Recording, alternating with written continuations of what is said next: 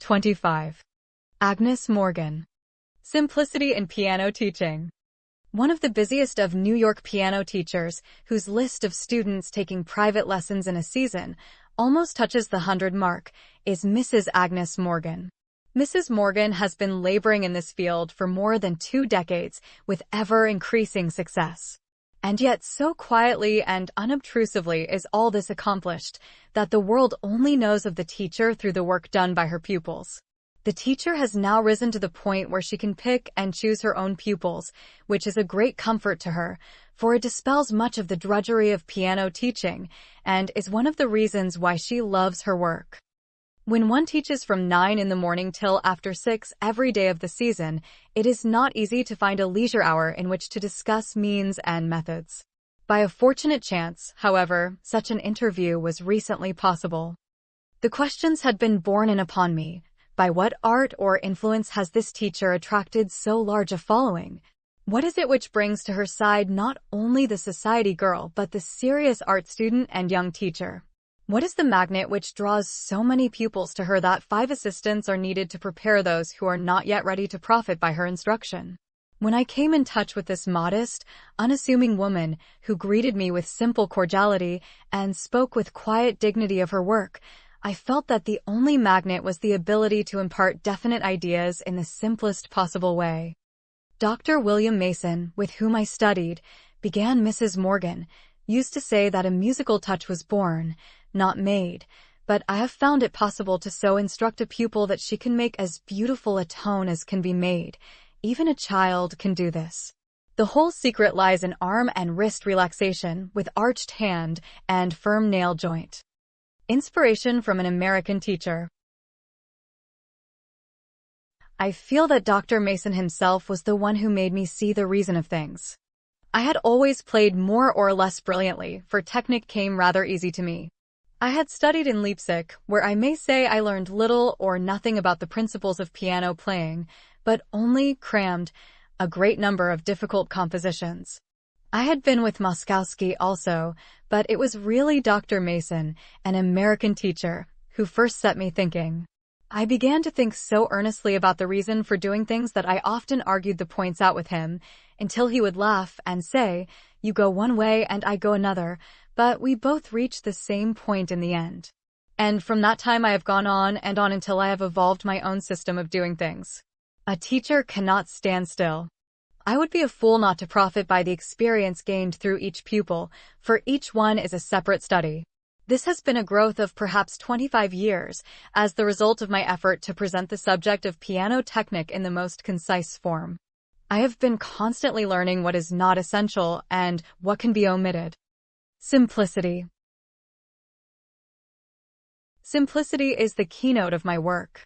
I try to teach only the essentials. There are so many études and studies that are good. Czerny, for instance, is splendid. I believe in it all, but there is not time for much of it.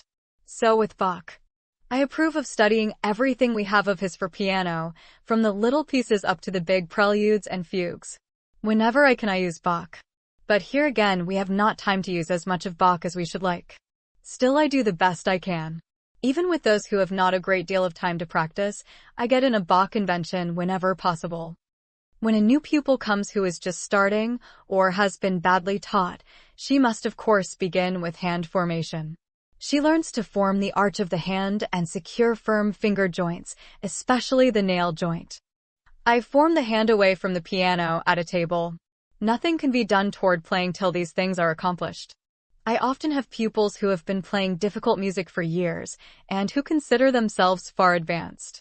When I show them some of these simple things, they consider them far too easy until they find they cannot do them.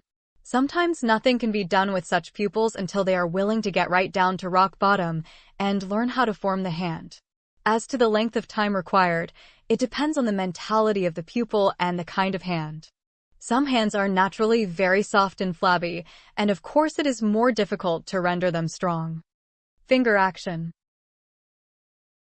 When the arch of the hand is formed, we cultivate intelligent movement in the fingertips, and for this we must have a strong, dependable nail joint. Of course, young students must have knuckle action of the fingers, but I disapprove of fingers being raised too high.